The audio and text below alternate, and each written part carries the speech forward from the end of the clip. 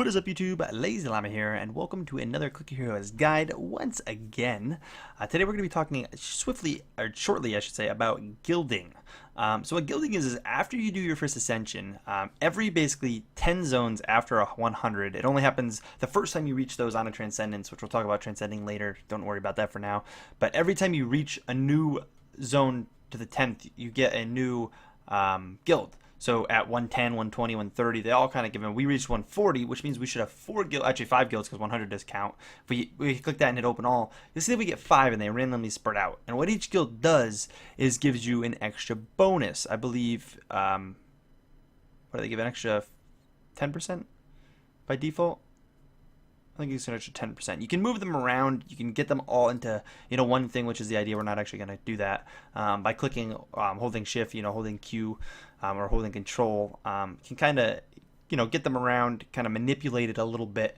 Again, we're not really concerned about that right now. It's not, priority. That'll be something we'll talk about later, how moving them around works and when you should do that. But basically, they give you little bonuses. There is an ancient, which we have yet to talk about ancients, that does boost the percentage they give drastically, so they become very, very useful and very vital late game. Again, you get them just by normally pushing, nothing crazy to them or nothing super detailed about them. Yeah, it's 50%, sorry, 50%. For some reason I thought it was 10.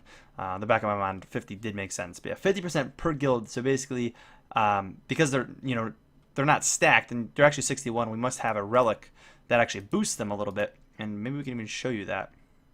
Yeah, right here actually, the 12% boost on Avgar, which is the ancient, but relics do contain ancient's powers, which I did talk about in the relics episode, that help boost that. So we're getting actually slight boost, and they're giving 61% to all of them. If we had them stacked, it would it would give double that. So you could technically get this moved into this one, and then this one would become more powerful.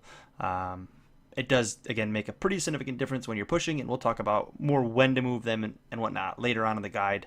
But that's it pretty much for now on those. If that was useful at all to you, please take a second to smack the like button. And yeah, as always, guys, I will catch you in the next one. Peace.